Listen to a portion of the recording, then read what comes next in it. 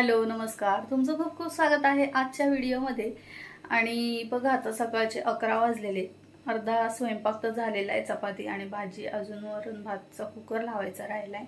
आणि पण त्याआधी एक काम राहिले जे की 2 दिवस झालं पेंडिंग आहे। जी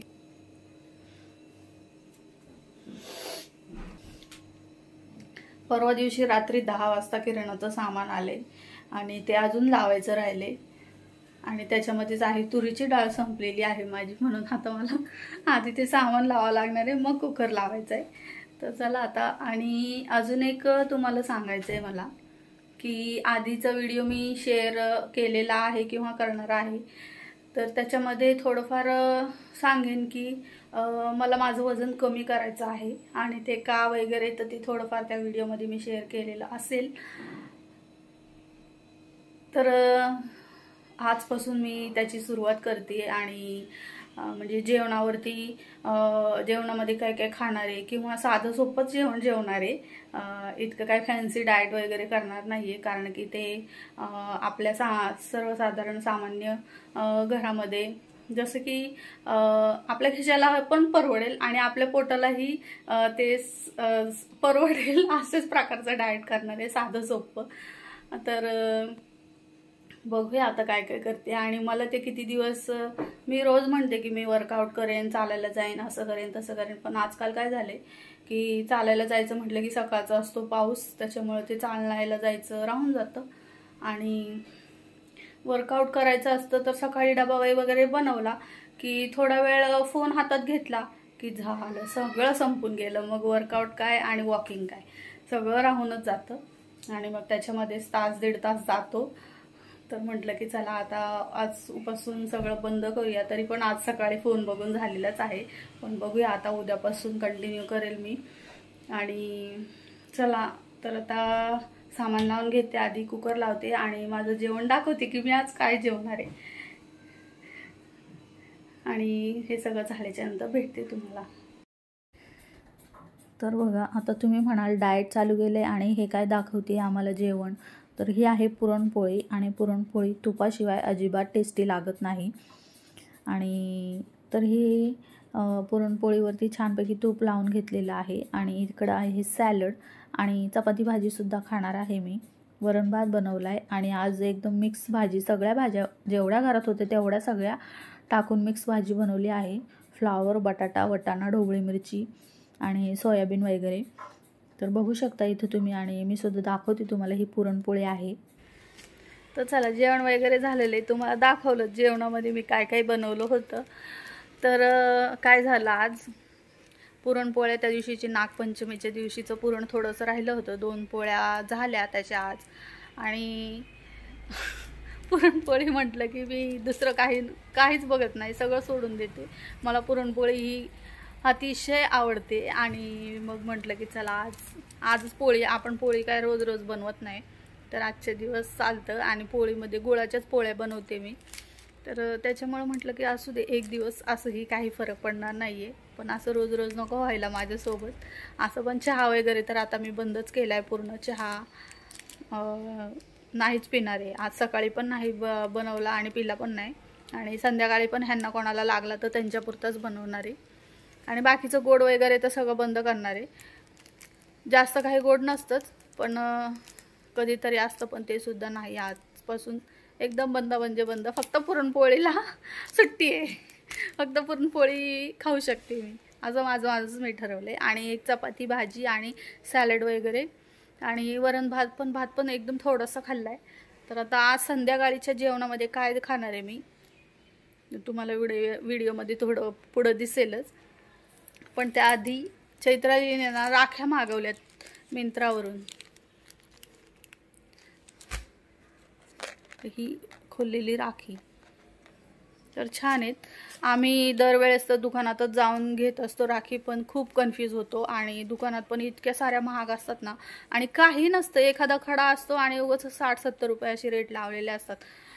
तर त्यामुळेच म्हटलं की ह्यावेळेस ऑनलाईन शॉपिंग करूया राखीची, आणि तिला खूप स्वस्त आणि छान डिझाईनवाल्या अशा मिळालेल्या आहेत। आता हीच राखी जर दुकानात आहे ना, मला वाटतं 100 रुपयाच्या आसपास तरी असली असेल कदाचित। तर ही कितीला ग घेतली तू? 35ला ना? 70 रुपयाचे 3, म्हणजे मला शॉपिंगचे काय पैसे मिळाले होते.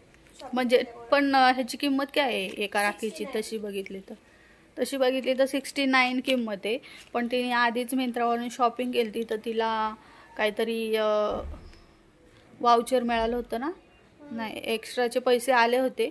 तर असे आपण खूप सारी शॉपिंग केल्यावर कधी कधी गुगल पेवरती पण नाही का आपल्याला स्क्रॅच काढायचं, तर तशा टाईपचं काहीतरी तिला 100 का 120 रुपये मिळाले होते. आणि तर ते सगळे मायनस करून आम्हाला फक्त 75 रुपये भरायला लागले. म्हणजे आधीचे तर ते गिफ्ट म्हणूनच मिळाले होते पैसे. आता असे 75मध्ये 3 राख्या मिळालेल्या आहेत. तर असा आमचा फायदा झालेला आहे. आणि चला आता दळण वगैरे करायचे. आणि मेन म्हणजे आज बनवायचे दहीवडे. आणि त्या दहीवड्याला 3 दिवसापासून मुहूर्त लागत नाही आहे. आज म्हणजे का म्हणते मी असं, एकतर आधीच खूप दिवस झालं बनवायचं होतं. आणि परवाच्या दिवशी डाळ भिजवली मी, मिक्सरवर वाटून सुद्धा ठेवली. पण झालं काय, चैत्रालीलाच फक्त म्हणजे जास्त तिच्यासाठीच स्पेशल करायचं होतं. तर तीच नव्हती घरी संध्याकाळी, लवकर आली नाही, उशिरा आली. म्हणून मग ते राहिलं करायचं. आणि दुसऱ्या दिवशी गेलो, काल आम्ही बाहेर गेलो होतो पिक्चर बघायला. आणि येतानाच भरपूर सारं काय काय खाऊन आलो. तर त्याच्यामुळं पण ते राहिलं बनवायचं. मग तशीच मी ते फ्रीजमध्ये ठेवून दिली डाळ. आणि आता आज करणार आहे फायनली. आता अथर्व 3 वाजता येईल स्कूलमधून, तर त्यालासुद्धा होईल. असं बघा, थोडं थोडं का होईना पण किचनमध्ये दिवसभर आपलं काम चालूच असतं. तर चला आता थोडीफार जी काही कामं आहेत ती करते आणि मग वडे बनवायला घेते.